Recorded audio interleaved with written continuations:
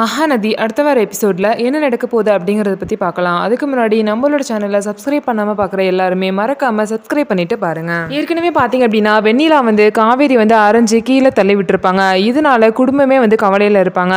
தாத்தா பார்த்தீங்கன்னா விஜயை வான் பண்ணுற மாதிரி இது பேச்சு ஏதாவது முடிவு எடுத்தியா இல்லையா விஜய், வெண்ணிலா இங்கே இருக்கவே கூடாது, ஒழுங்காக ஹாஸ்பிட்டலில் போய் அட்மிட் பண்ணிடுவா அப்படின்னு சொல்லிட்டு விஜய்கிட்ட கண்டிஷனாக சொல்லிட்டாங்க. அதுக்கப்புறம் பார்த்தீங்க அப்படின்னா விஜய் ஹாஸ்பிட்டலுக்கு போகிறாங்க. ஹாஸ்பிட்டல் போயிட்டு இந்த மாதிரி வெண்ணிலா நான் ஹாஸ்பிட்டலில் அட்மிட் பண்ணலான்னு இருக்கேன் டாக்டர், இந்த மாதிரி வீட்டில் ஒரே பிரச்சனையாக இருக்குது, காவேரி கிட்ட இந்த மாதிரிலாம் நடந்துக்கிட்டா அப்படின்னு சொல்லிட்டு விஜய் எல்லா விஷயத்தையும் டாக்டர் கிட்ட சொல்கிறாங்க. டாக்டர் பார்த்தீங்கன்னா அதுக்கு மேலே கொஷினாக விஜய் கேட்குறாங்க, உங்களோட சுயநலத்துக்காக வெண்ணிலா ஹாஸ்பிட்டலில் வேணும்னு நினைக்கிறீங்க, இது முதல்லேருந்து திரும்ப ஆரம்பிக்கிற மாதிரி வெண்ணிலாவுக்கு திரும்ப பழைய நிலைமைக்கு போயிட்டு திரும்ப அவங்க முதல்லேருந்து ஞாபகத்துக்கு வர ட்ரை பண்ணணும், இது அவங்களுக்கு தான் கஷ்டம், உங்கள் சுயநலத்துக்காக வெண்ணிலோட வாழ்க்கையை இப்போ சீரழிக்க போகிறீங்களா, நீங்கள் தான் விஜய் உங்கள் ஒய்ஃப்க்கு பேசி புரிய வைக்கணும், வெண்ணிலாவை இந்த நிலைமையில் இங்கே கூட்டிகிட்டு வந்தீங்க அப்படின்னா அவங்க திரும்ப பழைய நிலைமைக்கு போயிடுவாங்க, அப்போ சரி பண்ணுறது ரொம்ப கஷ்டம், வெண்ணிலா அங்கே இருக்கிறதா சரி, நீங்கள் பேசி புரிய வைங்க, இல்லைனா உங்கள் ஒய்ஃபை கூட்டிகிட்டு வாங்க நான் பேசுகிறேன் அப்படின்னு சொல்லிட்டு டாக்டர் சொல்லுவாங்க. இதுக்கப்புறம் பார்த்தீங்கன்னா விஜய் நானே என் ஒய்ஃப்ட்ட பேசி புரிய வைக்கிறேன் டாக்டர் அப்படின்னு சொல்லிட்டு அங்கேருந்து கிளம்பிடுவாங்க. இதுக்கப்புறம் பார்த்தீங்க அப்படின்னா காவேரி பார்த்தீங்கன்னா ஊஞ்சலில் உட்காந்து அழுதுட்டு இருப்பாங்க. இதை பார்த்த விஜய் காவேரி கிட்ட பேசலாம் அப்படின்னு சொல்லிட்டு போவாங்க. போயிட்டு இந்த மாதிரி நான் டாக்டரை பார்க்க போனேன் காவேரி, டாக்டர் வெண்ணிலா இங்கே இருந்தால் தான் குணமாகும் அப்படின்னு சொல்லிட்டு சொல்கிறாங்க, நீ கொஞ்சம் பொறுத்துக்கோ, என்னை புரிஞ்சுக்குவான்னு நினைக்கிறேன் அப்படின்னு சொல்லிட்டு விஜய் பேசுவார். அதுக்கு காவேரி என்ன நினைப்பாங்கன்னா, என்ன பண்ணி தொலைகிறது, நான் தானே கூட்டிகிட்டு வந்தேன், இதெல்லாம் தாங்கி தான் ஆகணும் அப்படின்னு சொல்லிட்டு காவேரியும் நினைப்பாங்க. இதுக்கப்புறம் பார்த்தீங்க அப்படின்னா விஜய் காவேரி கிட்ட உனக்கு என்ன தோணுதோ சொல்லு, வெண்ணிலா விஷயத்தில் உனக்கு என்ன நினைக்கிற அப்படிங்கிறத என்கிட்ட ஓப்பனாக சொல்லு காவேரி, அப்போ தான் எனக்கும் தெரியும் அப்படின்னு சொல்லிட்டு விஜய் சொல்லுவார். அந்த விஷயத்தில் உனக்கு ஒரு மாதிரி சங்கடமாக இருக்குது, நீ மனசு கஷ்டப்படுற அப்படிங்கிறது எனக்கு நல்லாவே தெரியும், என்கிட்ட நீ மறைக்காத அப்படின்னு சொல்லிட்டு விஜய் காவேரி கிட்ட சொல்லுவார். அதுக்கு காவேரி சொல்லுவாங்க, தேவையில்லாமல் பேசாதீங்க, நான் எதுக்கு உங்கள்கிட்ட மறைக்கணும், அப்படிலாம் எனக்கு தோணவே இல்லை, அப்படியே இருந்தாலும் எனக்கு என்ன, நீங்கள் வெண்ணிலாவோட பழைய விஜயாக இருந்தால் என்ன, இல்லை நீங்கள் வெண்ணிலாவை பழைய வெண்ணிலாவாக நினச்சாலும் எனக்கு என்ன, எனக்கு அதை பற்றி ஒரு கவலையும் இல்லை அப்படின்னு சொல்லிட்டு காவேரி சொல்லுவாங்க. இதை கேட்ட விஜய் பார்த்தீங்கன்னா ரொம்பவே ஷாக்காகி ஊஞ்சல்லேருந்து டென்ஷனாக எந்திரிச்சு கோவப்படுவாங்க. எதுக்கு இப்படிலாம் பேசுகிற அப்படின்னு சொல்லிட்டு காவேரியை பற்றி கேட்பாங்க. அதுக்கு காவேரி சொல்கிறாங்க, நான் சொல்கிறதுல என்ன தப்பு, உங்களுக்கு இல்லாத உரிமையா, நீங்கள் பழைய வெண்ணிலாவாக நினச்சாலும் சரி எனக்கு ஒன்றும் பிரச்சனையே இல்லை, ஏன்னா நான் இந்த வீட்டை விட்டு கிளம்ப போகிறேன், அதான் டிவோர்ஸ் பேப்பர்லேயும் சைன் வாங்கிட்டீங்க, எல்லா ப்ராசஸும் முடிஞ்சிருச்சு, ஆஃபீஸ்க்கும் வர வேணான்னு சொல்லிட்டீங்க, இதுக்கப்புறம் என்ன இருக்குது, இந்த வீட்டை விட்டு கிளம்புறது மட்டும் தான் மிச்சம், மற்றபடி எல்லாமே முடிஞ்சிருச்சு அப்படின்னு சொல்லிட்டு காவேரி சொல்லுவாங்க. இந்த வீட்டை விட்டு கிளம்புறப்ப நான் ஒரு பிரச்சனையும் பண்ணாமல் கிளம்பணும், அதுதானே உங்கள் ஆசை, அதனால தானே என்கிட்ட இப்படிலாம் பேசிட்டு இருக்கீங்க அப்படின்னு சொல்லிட்டு விஜயை இரிட்டேட் பண்ணுற மாதிரி காவேரி பேசிட்டு போயிடுவாங்க. இதுக்கப்புறம் பார்த்தீங்கன்னா விஜய் காவேரி பேசின டென்ஷன்லேயே இருப்பாங்க. இதுக்கப்புறம் இன்னொரு சைட் பார்த்தீங்க அப்படின்னா நிவியனோட டைரியை யமுனா எடுத்திருப்பாங்க. அந்த டைரியில் காவேரி என்னோட சேரப்போகும் நாள் அப்படின்னு சொல்லிட்டு கான்ட்ராக்ட் முடிகிற அந்த நாளை நிவின் எழுதி வச்சிருப்பாரு.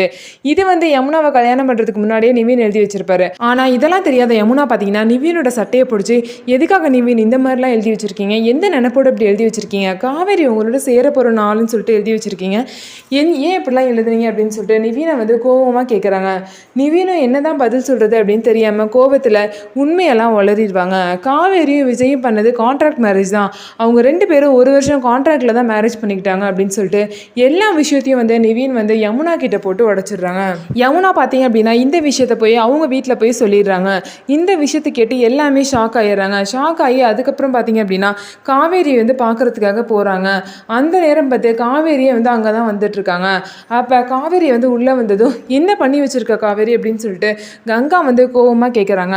காவேரியோட அம்மா பார்த்தீங்கன்னா அழுதுகிட்டே நிற்கிறாங்க. என்னாச்சு, ஏன் இப்படிலாம் கோவப்படுறீங்க, ஏமா அழுதுட்ருக்க அப்படின்னு சொல்லிட்டு காவேரி கேட்குறாங்க. நீ பண்ண வேலைக்கு வேற என்ன பண்ண சொல்கிற, இந்த மாதிரி நீ பண்ணுவேன் நான் கொஞ்சம் கூட நினச்சி பார்க்கல காவேரி அப்படின்னு சொல்லிட்டு எல்லாமே காவேரியை திட்டுறாங்க. கொஞ்சம் நேரம் இங்கே என்ன நடக்குதுன்னு சொல்கிறீங்களா, இங்கே என்ன நடக்குதுன்னு எனக்கு ஒன்றுமே புரியலை, எதுக்காக எல்லாரும் சேர்ந்து என்னை திட்டுறீங்க அப்படின்னு சொல்லிட்டு காவேரி கேட்குறாங்க. அதுக்கு யமுனா சொல்கிறாங்க, அக்கா நீயும் விஜயும் பண்ணதே கான்ட்ராக்ட் மேரேஜா அப்படின்னு சொல்லிட்டு கேட்குறாங்க. இதை கேட்ட காவேரிக்கு பார்த்தீங்கன்னா ஒரே ஷாக்கு, என்னடா இந்த விஷயம் எல்லாத்துக்கும் தெரிஞ்சிருச்சு அப்படின்னு சொல்லிட்டு காவேரி செம்ம ஷாக் ஆகிடுறாங்க. எந்த விஷயத்த ரொம்ப நாளாக தெரியக்கூடாது அப்படின்னு சொல்லிட்டு மூடி மறைச்சி வச்சுருந்தாங்களோ அந்த விஷயம் எல்லாத்துக்கும் தெரிஞ்சிருச்சு அப்படின்னு சொல்லிட்டு காவேரிக்கு பார்த்தீங்கன்னா ஒரே ஷாக் ஆகிட்டாங்க. காவேரியோட அம்மா பார்த்தீங்கன்னா காவேரியை ஓங்கி ஒரு அறை விட்டுருவாங்க. அறை விட்டுட்டு நீ இந்த மாதிரி எதுக்கடி பண்ண, எல்லா விஷயத்துலையும் ஆர்வக்குள்ளாராக இருப்பேன்னு தெரியும், ஆனால் வாழ்க்கை விஷயத்தில் தான் ஏதோ ஏதோ நல்ல முடிவு எடுத்து நல்லா வாழ்ந்துட்டு இருக்கு அப்படின்னு நினச்சிட்டு இருந்தோம். ஆனால் இந்த விஷயத்துலையும் இப்படி பண்ணி வச்சிருக்கியே, எதுக்காகடி இப்படி பண்ண அப்படின்னு சொல்லிட்டு காவேரி அடிச்சுக்கிட்டே பேசுவாங்க. இதை கேட்ட காவேரி பார்த்தீங்கன்னா எல்லாரும் முன்னாடியும் என்ன பதில் சொல்றது அப்படின்னே தெரியாம அழுதுகிட்டே நிற்பாங்க. காவேரி பார்த்தீங்கன்னா என்ன விஷயம், எதனால இப்படி பண்ணோம், எதுக்காக கான்ட்ராக்ட் மேரேஜ் பண்ணோம் அப்படிங்கிற விஷயத்தை எதையுமே சொல்லாம அழுதுகிட்டே பார்த்தீங்கன்னா அங்கே வந்து விஜய் வீட்டுக்கு போயிடுவாங்க. விஜய் வீட்டில் பார்த்தீங்கன்னா காவேரி வந்து அழுதுகிட்டே உள்ள வரத ராகினி தான் பார்ப்பாங்க. காவேரி பார்த்தீங்கன்னா நேராக அவங்க ரூமுக்கு போவாங்க. ரூமுக்கு போய் இந்த விஷயத்த நினச்சி அழுவாங்க. இந்த விஷயத்த வந்து விஜய் கிட்ட எல்லாத்துக்கும் தெரிஞ்சிருச்சு அப்படிங்கிற விஷயத்த சொல்லணும் அப்படின்னு சொல்லிட்டு விஜய்க்கு வந்து கால் பண்ணுவாங்க. ஆனால் விஜய் பார்த்தீங்கன்னா காலை வந்து எடுக்க மாட்டார். அவர் வந்து ஆஃபீஸில் வந்து காவேரிக்கு சர்ப்ரைஸ் கொடுக்கறதுக்கான ஏற்பாடெலாம் வந்து ரெடி பண்ணிட்டு இருக்கனால அப்போ வந்து பிஸியாக இருக்கனால விஜய் பார்த்தீங்கன்னா ஃபோனை வந்து எடுக்க மாட்டார். காவேரி பார்த்தீங்க அப்படின்னா வீட்லேயும் விஷயம் தெரிஞ்சிருச்சு, விஜயும் வந்து கான்ட்ராக்ட் முடிஞ்சிரு என்னை வந்து வீட்டை விட்டு வெளியே அனுப்ப போகிறாரு, இவங்க எல்லாருக்கும் பதில் சொல்லி அசிங்கப்படுறதை விட இங்கேருந்து கிளம்புறதே பெஸ்ட் அப்படின்னு சொல்லிட்டு காவேரி வந்து இங்கேருந்து கிளம்பிடலாம் அப்படின்னு சொல்லிட்டு முடிவெடுக்கிறாங்க. இதுக்கப்புறம் விஜய் இல்லாமல் நான் ஒரு நிம்மதியான வாழ்க்கை வாழ முடியுமான்னு தெரில, அப்படி இருந்தாலும் என் வாழ்க்கை வந்து சந்தோஷமாக இருக்குமான்னு தெரில, விஜய் இல்லாத ஒரு வாழ்க்கை வந்து தேவையே இல்லை அப்படின்னு சொல்லிட்டு நம்ம இங்கே இருக்கவே கூடாது, இங்கேருந்து கிளம்பிடணும் அப்படின்னு சொல்லிட்டு காவேரி பார்த்தீங்கன்னா வேக வேகமாக கிளம்பிடுறாங்க. காவேரி வீட்டை விட்டு போகிறத வந்து ராகினி மட்டும்தான் பார்த்துடுறாங்க. அதுக்கப்புறம் பார்த்தீங்கன்னா காவேரி வந்து யார்ட்டுமே சொல்லாமல் வீட்டிலேருந்து கிளம்பி போயிடுவாங்க. சரி காவேரிக்கு வந்து சர்ப்ரைஸ் ரெடி பண்ணியாச்சு, போய் அவரை கூட்டிகிட்டு வரலாம் அப்படின்னு சொல்லிட்டு விஜய் வந்து காவேரியை கூப்பிட வீட்டுக்கு வருவார். வீட்டுக்கு வந்துட்டு காவேரியை வந்து தேடுவார். காவேரி வந்து எங்கேயுமே இருக்கவே மாட்டாங்க. அதுக்கப்புறம் காவேரியோட அம்மா வீட்டில் போய் பார்ப்பாங்க.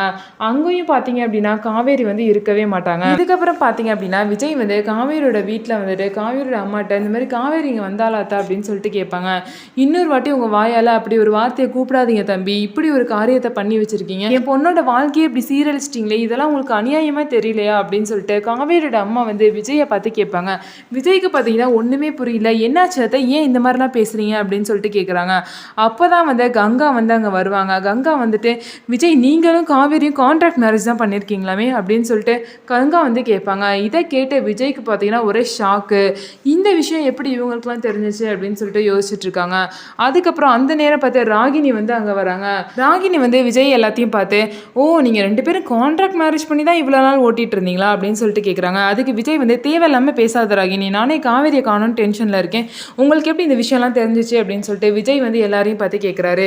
அதுக்கு யமுனா சொல்கிறாங்க நிவின் தான் இந்த விஷயத்தை எங்கள்கிட்ட சொன்னாங்க, இதெல்லாம் உண்மையா அப்படின்னு சொல்லுங்க அப்படின்னு சொல்லிட்டு யமுனா கேட்குறாங்க. நாங்கள் எல்லாரும் இப்போ தான் இந்த விஷயத்தை பற்றி காவேரி கிட்ட கேட்டோம், ஆனால் அவள் ஒரு பதிலுமே சொல்லாமல் அழுதுகிட்டே போயிட்டா அப்படின்னு சொல்லிட்டு விஜய் கிட்ட சொல்கிறாங்க. உடனே ராகினி சொல்கிறாங்க ஓ அதான் காவேரி அழுதுகிட்டே வீட்டிலேருந்து கிளம்பி போயிட்டாளா அப்படின்னு சொல்லிட்டு சொல்கிறாங்க.